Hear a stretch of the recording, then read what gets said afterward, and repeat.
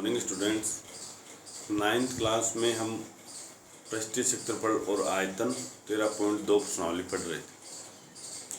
कल आपको मैंने होमवर्क के लिए दिया था प्रश्न 4 से लेके आगे वाले सवाल। आशा करता हूँ आप लोगों ने वो निकाल लिए होंगे। उन सवालों को मैं एक बार समझा रहा हूँ, मिलान कर लीजिए। जैसे चौथा सवाल है, इसमें एक रोलर का व्यास, तो रोलर का जो आगे का पहिया होता है वो इस तरह से होता है, इस तरह से रोलर। इसका व्यास ये हो गया, यहाँ से लेके ये केंद्र है इसका, नीचे जो वर्ताकार भाग है, या फिर ये व्यास इसका 84 सेंटीमीटर है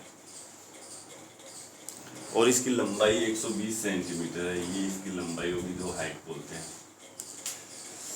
एक खेल के मैदान को एक बार समतल कराने के लिए 500 चक्कर लगाने पड़ते हैं। अब ये समतल करेगा तो टायर इस तरह से घूमेगा, इसका घूमेगा तो इसका वक्र पृष्ठ है वो जमीन पर टिकेगा। तो वक्र पृष्ठ ये क्षेत्रफल निकालना है इसका। वक्र पृष्ठ क्षेत्रफल होता है 2πr/h। व्यास हमारे पास 84 है तो इसका 42 सेंटीमीटर ये त्रिज्या हो जाएगा। अब इस मैदान को वो समतल कराने के लिए 500 चक्कर लगा रहा है, तो हमें 500 गुणा 2πr/h इसको इस तरह से करना था। जितनी बार वो चक्कर लगा रहा है, यानी एक चक्कर में वो एक वक्र पृष्ठ पूर्ण करता है, तो 500 चक्रों में वो 500 गुणा वक्र पृष्ठ क्षेत्रफल हो जाएगा। इसको इस तरह से करना है। इसी तरह से पांचवा सवाल है, किसी बेलनाकार स्तंभ का व्यास 50 सेंटीमीटर है। जैसे ये हमारे पास कोई बेलनाकार स्तंभ है, इसका व्यास ये रहा, व्यास इसका दिया है 50 सेंटीमीटर तथा इसकी ऊंचाई 3.5 मीटर है। व्यास सेंटीमीटर में है और ऊंचाई इसकी मीटर में। 12 रुपये 50 पैसे यानी 12.50 रुपये प्रति मीटर स्क्वायर दर से इस स्तंभ के वक्र पृष्ठ पर पेंट कराने का व्यय ज्ञात कीजिए। तो इसको भी आपको ऐसे करना था। व्यास है तो त्रिज्या निकालेंगे, त्रिज्या 50/2 यानी कि 25 सेंटीमीटर हो जाएगी। उसके बाद में इसके वक्र पृष्ठ, इस स्तंभ के वक्र पृष्ठ पर पेंट कराने का व्यय, तो वक्र पृष्ठ क्षेत्रफल निकालना है आपको। बेलनाकार स्तंभ का वक्र पृष्ठ ये क्षेत्रफल, वही सूत्र 2πr/h 2 गुणा 22/7 गुणा त्रिज्या 25 हो गई गुणा 3.5। इसको आप सॉल्व करोगे तो हमारे पास वक्र पृष्ठ क्षेत्रफल, सॉरी यहाँ पे देखो ये सेंटीमीटर था, जबकि ये मीटर में है, तो इसको मीटर में बनाने के लिए हम बट्टा 100 लगा देंगे, ये हो जाएगा।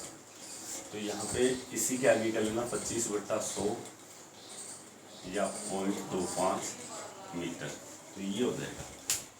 और इसको हल करोगे तो ये मीटर स्क्वायर में आ जाएगा। उसके बाद में 12.50 रुपये प्रति मीटर स्क्वायर की दर से पेंट करवाने का व्यय, पेंट करवाने का व्यय। तो जो भी आपके पास क्षेत्रफल आया था वक्र पृष्ठ, उसको 12.5 से गुणा कर दो, ये रुपये में इसका आंसर है। इस तरह से ये करना। उसके बाद में छठा सवाल मैं यहाँ पे आपको बताने जा रहा हूँ, इसको ध्यान से देखिए। मैच करवाना आपने निकाला है तो सवाल नंबर 6 देखिए 13.2 का।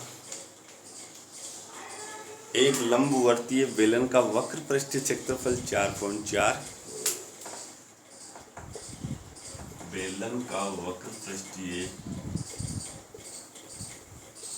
क्षेत्रफल 4.4 मीटर स्क्वायर। यदि बेलन के आधार की त्रिज्या, बेलन के आधार की त्रिज्या दे रखी है आपको 0.7 मीटर, तो इसकी ऊंचाई ज्ञात कीजिए। सवाल की शर्त बेलन के आधारित त्रिज्या और वक्र पृष्ठीय क्षेत्रफल दे रखा है। तो बेलन का वक्र पृष्ठीय क्षेत्रफल 2πr(h) होता है बराबर 4.4।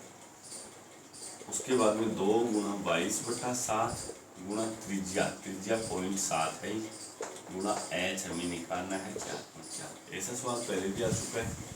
यहाँ से हम कैंसिल करवाएंगे तो 0.1 आ गया। ये h बराबर निकालेंगे, इसलिए h ये h यहीं पर होगी, तो ये हमारे पास मल्टीप्लाई हो रहा है, गुना हो रहा है। इधर जाएंगे तो ये 4.4/2 गुणा 22 गुणा 0.1 हो जाएगा। पॉइंट से पॉइंट कैंसिल हो गया और ये 22 44 में 1 का भाग जो 1 मीटर। उस बेलन की ऊंचाई होगी हमारे पास 1 मीटर। इसी तरह से हमारे पास ये देखो 7वां सवाल बहुत ही अच्छा सवाल है, ध्यान से देखें इसको। किसी वर्ताकार कुएं का आंतरिक व्यास, इस सवाल को देखिए, सबसे इम्पोर्टेंट सवाल है, सवाल नंबर 7वां।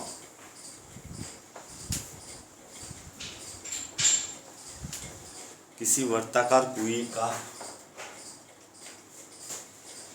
वर्ताकार कुआं है इस तरह से, तो आप लोग समझ गए होंगे इस तरह से कुआं बनाया गया है, इस तरह से। तो ये बेलनाकार में आएगा, वर्ताकार भाग इसका ये होता है। जब इसको यहाँ से खुदाई की गई है कुएं की, तो ये बेलनाकार बन जाता है। तो बेलनाकार लिख लो आप, कुएं का आंतरिक व्यास, आंतरिक व्यास यानी 3.5 मीटर है। इसलिए आंतरिक त्रिज्या 3.5/2 मीटर। आप इसको इतना ही रहने।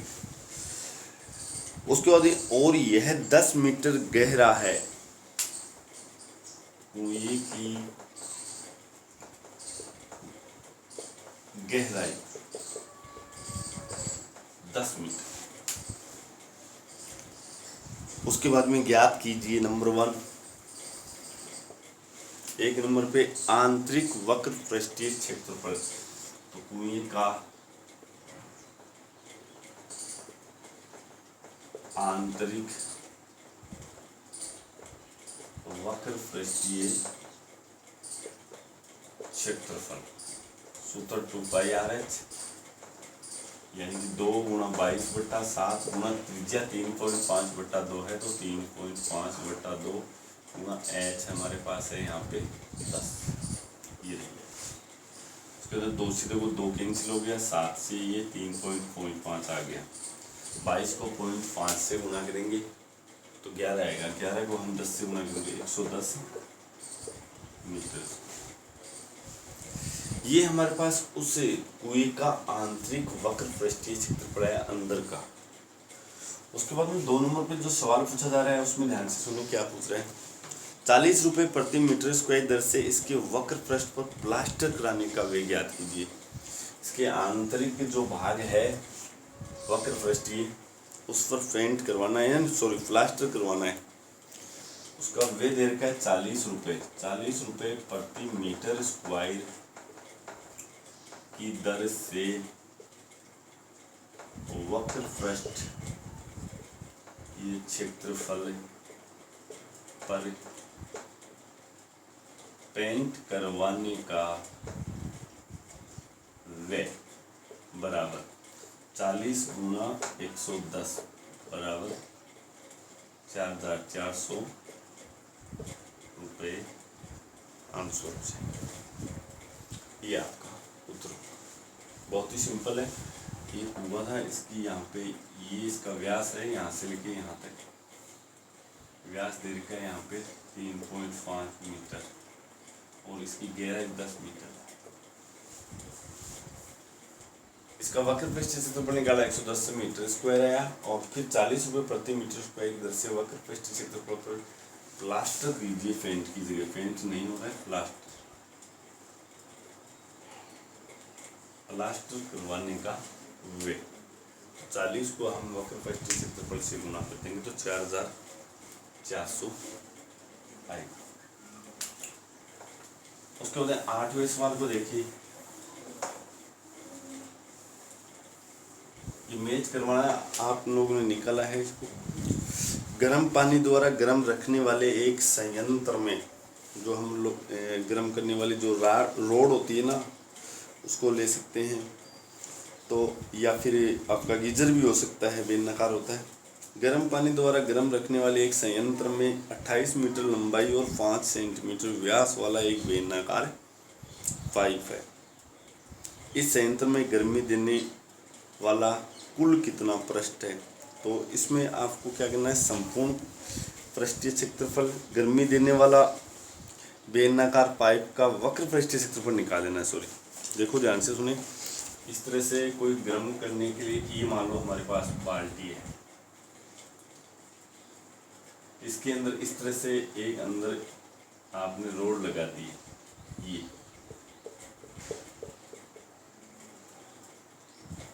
संयंत्र लगा दिया, तो गर्मी देने वाला ये भाग है, इसको हम वक्र पृष्ठीय क्षेत्रफल कहते हैं। तो इसका वक्र पृष्ठीय क्षेत्रफल आपको निकाल लेना है। उसके बाद में 9वां सवाल देखिए।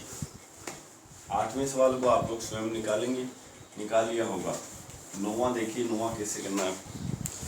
एक बेलनाकार पेट्रोल की बंद टंकी का पार्श्व या वक्र पृष्ठीय क्षेत्रफल, जिसका व्यास 4.2 मीटर है और ऊंचाई 4.5 है, उसका केवल वक्र पृष्ठीय क्षेत्रफल निकालना है। देखो इसमें अच्छा सवाल है, 2 सवाल पूछे जा रहे हैं।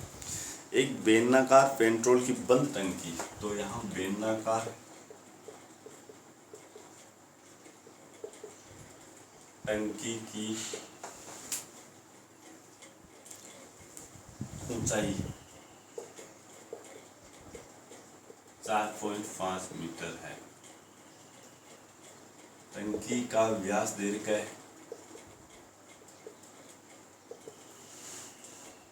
4.2 मीटर,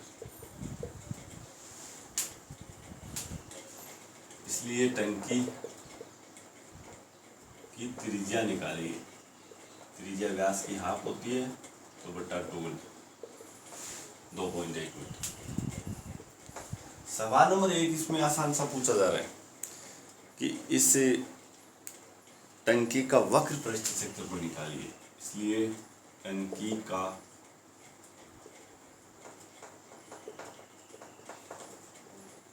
वक्र पृष्ठीय क्षेत्रफल बराबर सूत्र होता है 2πr/h। 2πr/h 2 गुणा 22/7 गुणा त्रिज्या 2.1 गुणा h इसकी 4.5। अब यहाँ से इसको कैंसिल करवाएंगे तो 0.3 आ गया, और इनको आप गुणा कर लेना। तो 2 44 को 3 से गुणा करेंगे तो 132, और इसको 4.5 से गुणा करेंगे तो 5 दूनी 10, 5 3 15, 1 16, 5 1 6, 4 दूनी 8, 4 3 12, 4 1 4 1 5, 14, 8 और 1 9, 59। फिर पॉइंट लगा देंगे हम लोग, तो ये हमारे पास आएगा 59, ये यहाँ पॉइंट लग जाएगा 59.40 मीटर। ये इसका वक्र पृष्ठीय क्षेत्रफल आ गया है। तो ये जो सिंपल था, सेकंड जो क्वेश्चन इसमें पूछा जा रहा है वो ध्यान से सुने। इस टंकी को बनाने में कुल कितना इस्पात यानी स्टील कितना लगा होगा?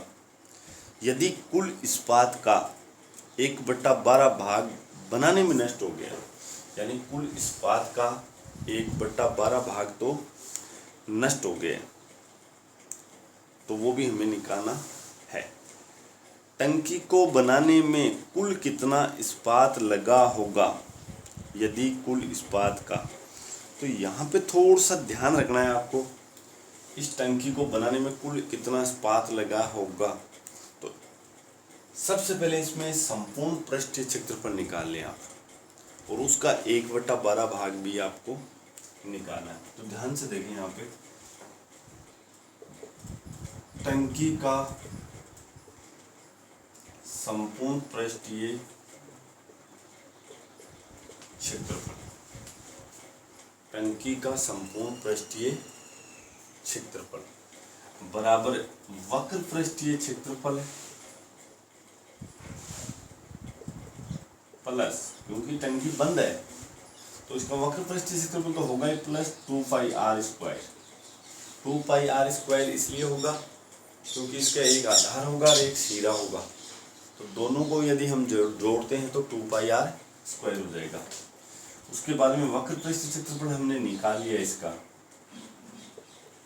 59.4 प्लस 2 गुणा 22/7 गुणा त्रिज्या इसकी है हमारे पास 2.1 गुणा 2.1, ये आ जाएगा हमारे पास 59.40 प्लस ये कैंसिल हो गया 0.3। अब इसको गुणा करना है आपको, तो यहाँ 22×44 है, 44 को हम 0.63 से, क्योंकि 2.1 को 0.3 से गुणा करते हैं तो 0.63 आया, उसको 44 से गुणा करते हैं, 4×3=12, 24×1=25, 2 7 7 27.72, ये इसका संपूर्ण पृष्ठीय क्षेत्रफल हो जाएगा इसको जोड़ने पर। तो 2 7 4 11, 10 7 17, 87.12 मीटर स्क्वायर, ये इसका संपूर्ण पृष्ठीय क्षेत्रफल आ गया है। अब इसमें ये भी कहा गया है भाई इस्पात इसका इतना लगेगा 87.12 मीटर स्क्वायर, इतना इस्पात लगेगा। अब जो नष्ट किया गया भाग है वो भी हमें निकालना है, तो यहाँ पे देखिए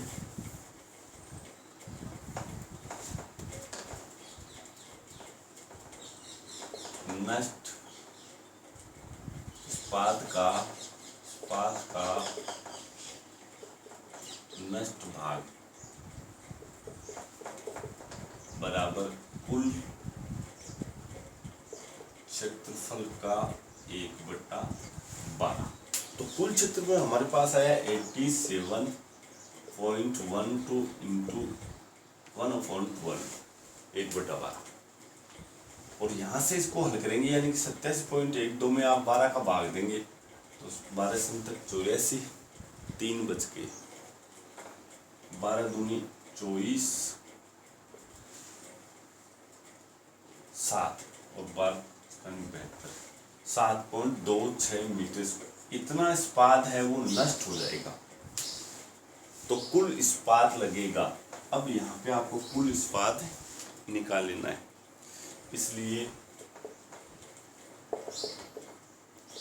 कुल इस्पात या इस्पात का कुल क्षेत्रफल बराबर 87.12, ये तो संपूर्ण पृष्ठीय क्षेत्रफल था, प्लस नष्ट किया हुआ भाग 7.26, और दोनों को जोड़ लीजिए, 6 और 2 8, 2 और 1 3, 87 7 94, 94.3/8, ये हमारे पास इस्पात लगेगा। यहाँ से हमने थोड़ी सी इसमें मिस्टेक कर दी, इसको पुनः देखिए, यहाँ से यहाँ तक आपका राइट है, यहाँ से हमने इसमें देखो मिस्टेक ये कर दी थी कि इस्पात का नष्ट भाग है वो कुल क्षेत्रफल का 1/12 है, तो यहाँ से दोबारा देखिए नष्ट भाग बराबर कुल क्षेत्रफल का 1/12 भाग, ये तो नष्ट भाग है निकालिया हमने, जबकि वो पूछ रहा है कि टंकी में इस्पात कितना लगा है, तो माना टंकी में इस्पात लगा बराबर x मीटर स्क्वायर, ये तो लगा है, और नष्ट भाग है वो 1/12 भाग, नष्ट भाग यानी अक्स का 1/12, यानी अक्स गुणा 1/12, अक्स बटा 12, ये नष्ट भाग है, इसलिए शेष इस्पात या फिर टंकी में लगा इस्पात।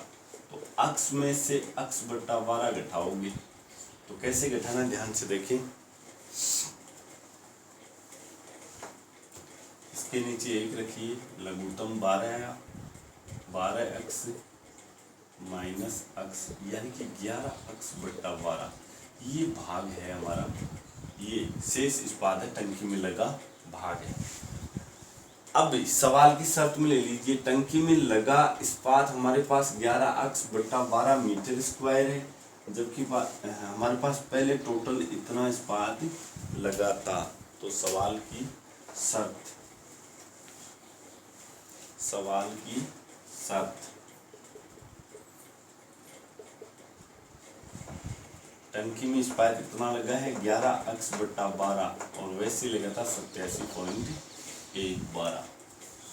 तो यहाँ पे अब अक्स की वैल्यू निकालेंगे, इसलिए अक्स बराबर 87.12 गुणा 12/11 हो जाएगा। ये 11/12 यहाँ गुणा हो रहा है, उधर जाते ही यहाँ पे व्युत्क्रम में गुणा हो जाएगा।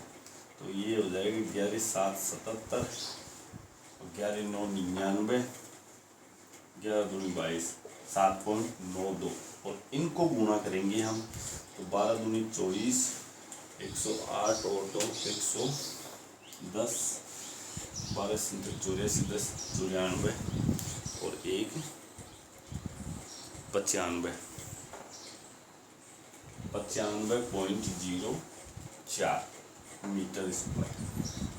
ये हमारे पास टंकी को बनाने में लगा इस्पात आ जाएगा, इसलिए अंत में लिख देना, क्योंकि हमने ये अक्स क्या माना था, अक्स की वैल्यू है, अक्स हमने माना था टंकी में लगा इस्पात, इसलिए टंकी में लगा इस्पात बराबर 95.04 मीटर स्क्वायर आंसर। इस तरह से अच्छा सवाल है। यहाँ पे हमने मामूली सी मिस्टेक करती थी तो ध्यान नहीं दिया। अच्छी तरह से देखिए दोबारा कि इस्पात का नष्ट भाग है वो कुल क्षेत्रफल का 1/12 भाग नष्ट हो जाता है। तो मान लेते हैं हम कुल इस्पात लगा अक्स मीटर स्क्वायर, और नष्ट भाग निकालेंगे तो अक्स का, क्योंकि कुल हमारे पास अक्स ही है, अक्स का 1/12 निकालेंगे तो अक्स बटा 12, और शेष जो इस्पात लगेगा वो टंकी में लगने वाला है। तो शेष इस्पात है वो 11 अक्स बटा 12, ये टंकी में लगा है।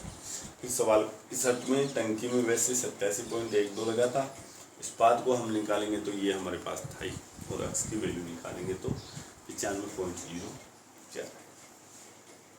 उसके बाद में आगे वाला सवाल देखते हैं हम।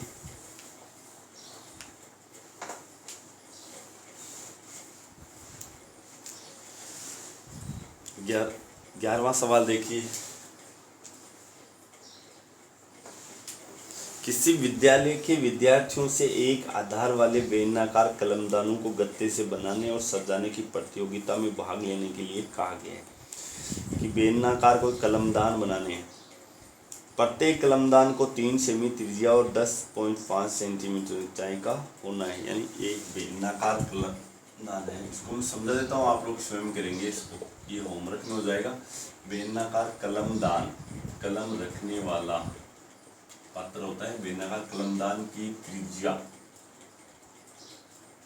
इसमें दे रखी है सवाल में 3 सेंटीमीटर, और इसकी ऊंचाई, यहाँ पे ऊंचाई दे रखी है इसकी 10.5 से। ये प्रत्येक कलमदान की त्रिज्या और ऊंचाई दे रखी है। विद्यालय को इसके लिए प्रतिभागियों को गत्ता देना था। यदि इसमें 35 प्रतिभागी थे तो विद्यालय को कितना गत्ता खरीदना पड़ेगा। तो आपको यहाँ पे 35, इसमें विशेष तौर से ध्यान रखें, कलमदान है वो ऊपर से खुला रहता है। यहाँ पे देखिए इस तरह से बनेगा, नीचे से तो ये क्लोज रहता है और ऊपर से इस तरह से खुला रहेगा। इसमें कलम रखी जाएगी इस तरह से, इसमें यहाँ ये कलम रखने का पात्र जिसको हम कलमदान कहते हैं। हमारे पास टोटल विद्यार्थी है 35, यानी भाग लेने वाले इसमें 35 प्रतिभागी है। कुल प्रतिभागी बराबर 35 है, इसलिए 35 विद्यार्थियों द्वारा काम में लिया गया या लिए गए गत्ते का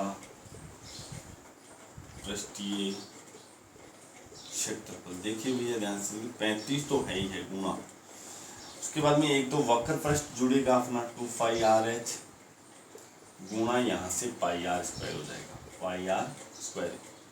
ये एक ये नीचे वाला गत्ता तो यहीं लगेगा, यहाँ और वक्र पृष्ठ पे लगेगा। उसके बाद में ये हो जाएगा 35 गुणा, यहाँ से आप कॉमन ले सकते हैं, पाई आर कॉमन ले लिया तो 2h प्लस आर बचेगा, और इसके अंदर आप लोग ये मान रख दोगे, पाई का मान 22/7 गुणा त्रिज्या, त्रिज्या यहाँ पे हमारे पास 3 है, और 2 गुणा h 10.5 है, और प्लस आर यानी कि 3 है।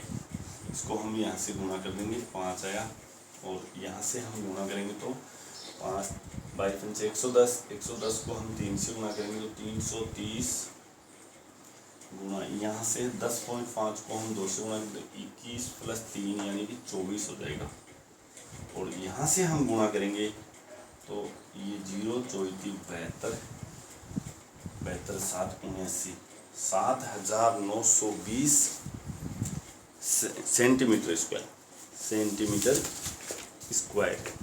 ये हमारे पास होगा गत्ते का कुल क्षेत्रफल, यानी विद्यालय को इतना गत्ता खरीदना पड़ेगा। इस तरह से ये 13.3 प्रश्नावली अपनी कंप्लीट हो जाती है। उसके बाद में 13.2 कंप्लीट हो जाती है, 13.3 हम कल देखेंगे। तो ये जो होमवर्क में ये रहेगा, जो बीच बीच में मैंने समझाए हैं सवाल, उनको आप फिर नोटबुक में हल करें, अच्छी तरह से निकालें। टेस्ट का विशेष तौर से ध्यान रखें, टेस्ट का आपको टाइम टेबल बता दिया गया है। आपका टेस्ट है वो 11 सितंबर को है, पहली पारी में है, 8 बजे से लेके 9:10 इसका टाइमिंग रहेगा। आप 8 बजे पूरी तैयारी के साथ में मोबाइल के सामने बैठें, जहां नेटवर्क अच्छी तरह से पकड़ रहा है वहाँ पे, और जैसे आपके पास 8 बजेगी, 8 बजते पेपर आएगा, पेपर को डाउनलोड करें और उसको हल करें, और उसके बाद में तुरंत 1 घंटे में उसको सबमिट करवाएं। बाकी हम कल देखेंगे। Thank you.